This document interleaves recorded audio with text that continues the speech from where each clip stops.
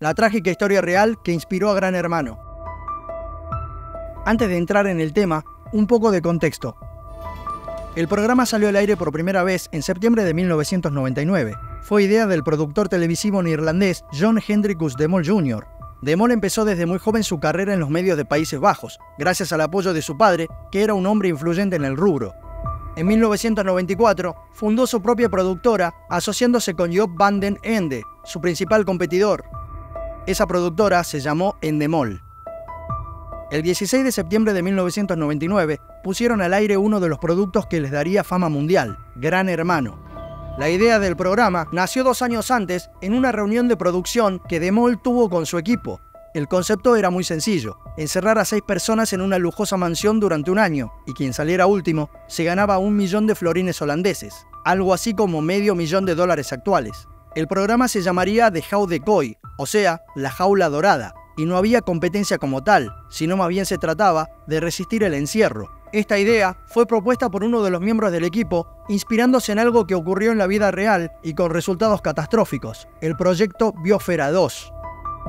El proyecto Biosfera 2 fue un experimento que se puso en marcha en el desierto de Arizona, Estados Unidos, en 1991. La idea del ingeniero y ecologista John Paul Allen nació con un objetivo ambicioso: recrear el ecosistema terrestre dentro de un módulo cerrado herméticamente y sentar las bases para la futura conquista de otros planetas.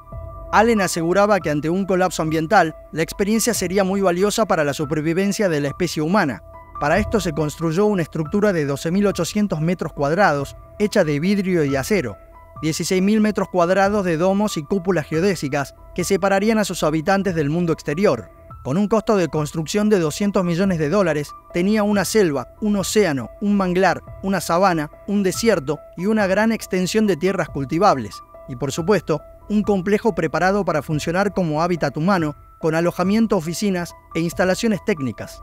El 26 de septiembre de 1991, una tripulación de 8 personas desembarcó en la megacápsula, lugar donde convivirían con 4.000 especies vivas, entre ellas la más complicada de todas, la especie humana.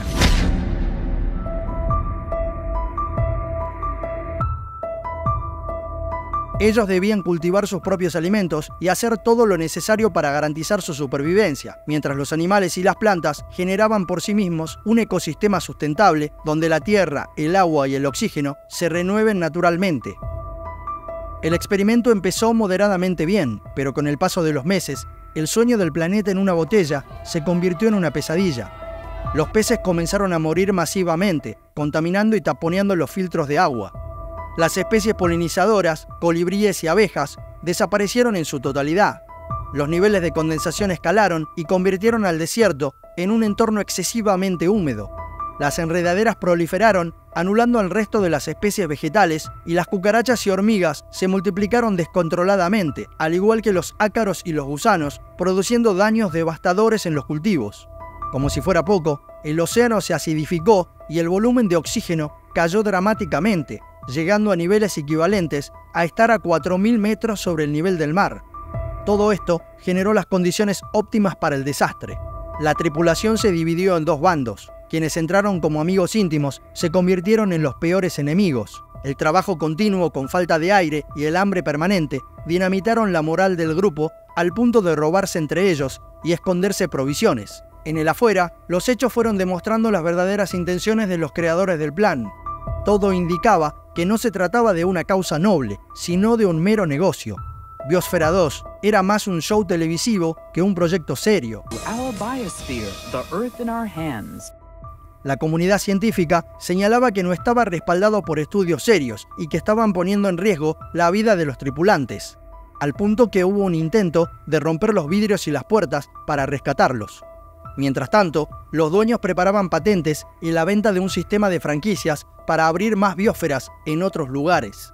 Esto sin contar las cifras astronómicas que cobraban por las visitas a los turistas, que llegaban de a montones para presenciar el fenómeno. Para peor, se supo que los tripulantes habían estado recibiendo asistencia externa cada 2 meses y que se había inyectado oxígeno en 2 oportunidades. Estos elementos hicieron tambalear el proyecto y la crisis grupal hizo colapsar la misión. En septiembre de 1993, los voluntarios salieron de la cápsula psicológicamente perturbados y habiendo perdido el 15% de su masa corporal. Al año siguiente, hubo una segunda misión. Esta fue saboteada al mes por los miembros del primer grupo y suspendida pocos meses después. La merma de la credibilidad pública y el desinterés progresivo de los medios hizo que el proyecto se disuelva definitivamente en junio de 1994. En 2007, la Universidad de Arizona comenzó a investigar la Biosfera 2 y finalmente la adquirió como su propiedad en 2011 para evitar que la demolieran. Hoy en día es posible visitarla y recorrer el megaproyecto que naufragó en el camino.